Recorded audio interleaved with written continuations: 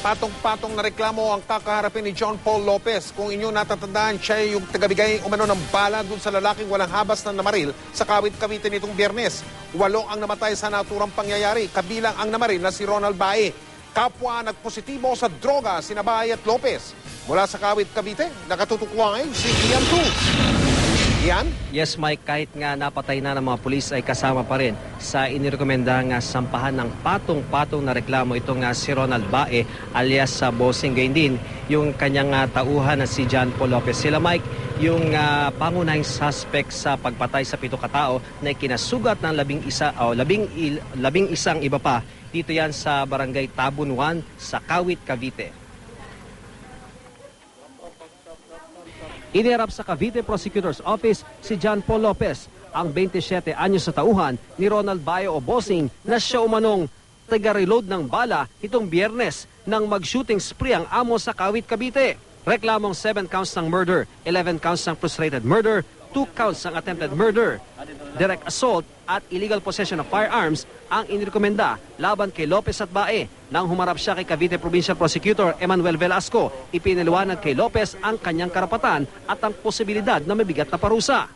Pwedeng lumaya ka, pwedeng masampahan ka ng kaso. Buti na intindihan mo, ha? Walang affidavit si Lopez, pero sa tulong ng isang PAW lawyer ay pumayag siyang magpa-inquest. Iprenisinta ang ginamit na kalibre 45, magazine ito at 2 kahon ng lalagyan ng bala.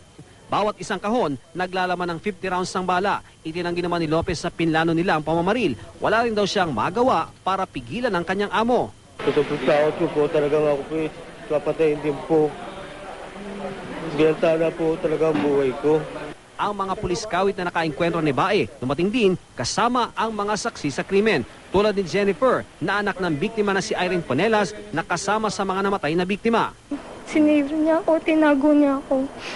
Tapos nakita siya, nabaril siya, nakita ko nung humiga siya, hindi ako makalapit sa kanya kasi baka makita rin ako. Sabi ko sa kanya, masaglit lang ma. Pati yung kapit katabi namin tindahan na baril. Si Rolando Santagiel, pinaril, mabutit hindi tinamaan. Sakay siya noon ng isang sasakyan upang ihatid sa ospital ang hipag na si Maricel Pahal na unang binaril ng suspect. Tumatakbo yung tricycle, pinuputukan niya ako. Si Federico Orig, kainuman ni Bae at Lopez noong January 3, hindi raw inakalang mangyayari ang walang habas sa pamamaril. Wala siyang plano na binabanggit na may mamasakit rin siya? Wala naman daw. Ano lang ang sinasabi niya? Yung ganun lang yung kung ano-ano, na hindi ko rin maintindihan. Ayon kay Prosecutor Velasco, naging tauhan ng kanyang ama na si dating Governor Epi Velasco ang ama at kapatid ni Bae. Pero hindi raw yun magiging dahilan para magkaroon ng conflict of interest at hindi niya raw kailangan pang mag-inhibit. Aniya, maaaring ikarga pa sa reklamo ang paglabag sa child abuse law. Hindi ko sinasabi na may kasalanan nga to, no? Pero maliwanag sa facts of the case na ilang bata yung namatay. Pag may batang sinaktan at ginamitan ng armas, lalo na ang kababaihan pala, yan ay child abuse law, no? Positibo naman daw si Bae at Lopez sa droga ayon sa CIDG. May traces din ng gunpowder nitrate si Bae. Labis na pagkalango sa alak at droga na sinamahan pa raw ng may 3 araw na walang tulog at problema sa pamilya ang umano'y dahilan ng pamamaril. Bukod pa sa impormasyon nakuha ng CIDG na may sama ng loob si Bae sa mga kalugar matapos siyang matalo bilang kapitan ng barangay. Maraming nangako sa kanya tutulong na hindi naman nakapag-deliver. So parang dinamdam niya yon. Inaasahan niya na mananalo siya kasi nga lumalabas na parang popular siya, no, doon sa lugar, kaya nga ang tawag sa kanya is Bossing. Noong May 2011, isang kagawad ng Tabun 1 umano ang pinatay at lumutang din daw ang pangalan ni Bae bilang suspect, pero wala raw na isang pangreklamo noon laban kay Bae.